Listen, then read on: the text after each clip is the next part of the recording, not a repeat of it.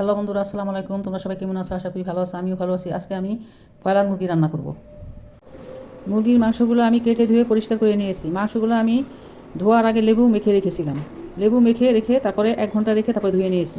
লেবু মেখে রাখলে মাংসের মধ্যে যে আষ্টে গন্ধ সেটা আর করে না। তেল গরম হয়ে গেছে, এখন পেঁয়াজ কুচি দিয়ে দিব।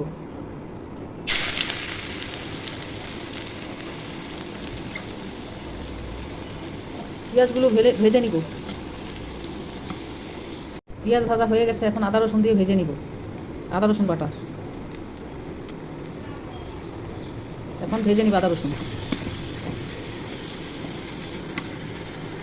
রসুন ভাজা হয়ে গেছে, এখন হলুদ মরিচ ধনিয়া লবণ একসাথে দিয়ে দিব। পানি দিয়ে কষিয়ে নিব।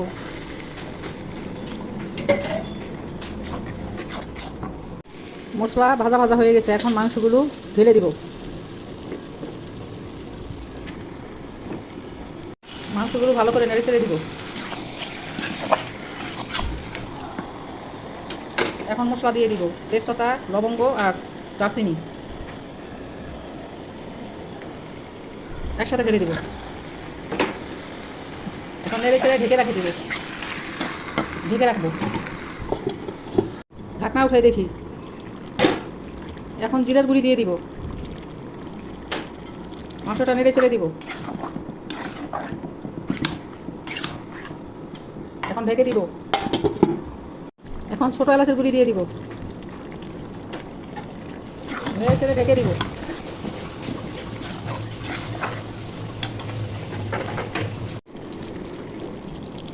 মাংসটা কষা হয়ে গেছে, এখন গরম পানি দিয়ে দিব। মাংসের মধ্যে সবসময় গরম পানি দিতে চেষ্টা করবেন, তাহলে মাংসের টেস্টটা বেড়ে যাবে।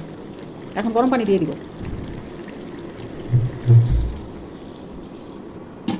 নেড়ে ছেড়ে ঢেকে দিব। ঢাকনা উঠাই দেখি কি অবস্থা। তরকারির মধ্যে বলক চলে এসেছে, নেড়ে ছেড়ে দিই।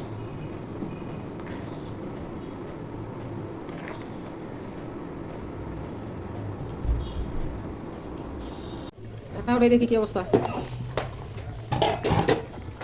এখন বেরেস্তার কুচি তরকারিতে ছড়িয়ে দিব।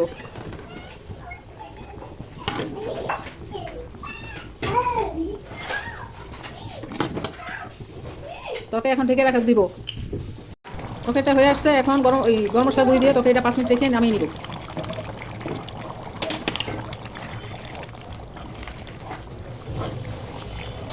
এখন ঢেকে রাখবো। মুরগির মাংস রান্না হয়ে গেছে। রান্নাটা ভালো লাগলে একটা লাইক দিও। আমার ইউটিউব চ্যানেলটা সাবস্ক্রাইব করে আমার ফেসবুক পেজ ফলো করো। খোদা হাফেজ, বাই বাই। নতুন কোনো রান্নার রেসিপি নিয়ে আবার আসবো।